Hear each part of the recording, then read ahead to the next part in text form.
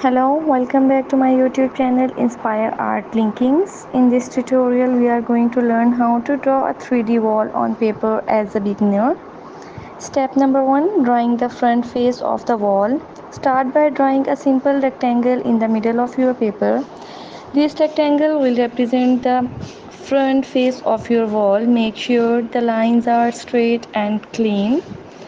Step number 2, add depth. Next, we are going to give the wall a 3D effect by adding depth. From the top right corner of your rectangle, draw a diagonal line going slightly to the right and up. Do the same from the bottom right corner. These lines represent the depth of the wall. Step number 3, connect the lines. Now connect the ends of the diagonal lines with a vertical line which will form the side of the wall. You should now have a 3D shape that looks like the front and side of a wall. Step number 4, add brick details. To make it look like a real brick wall, start drawing a horizontal line across the front face of the rectangle.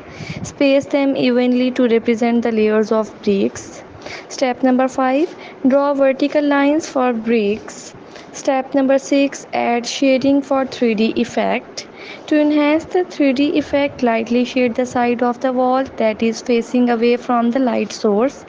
The shading should be darker closer to the corner where two sides of the wall meet.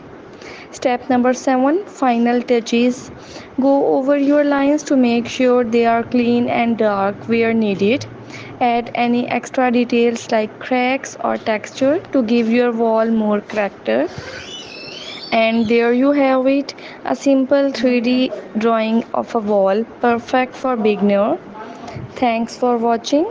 If you like this video, don't forget to like, share and subscribe, and also press the bell icon.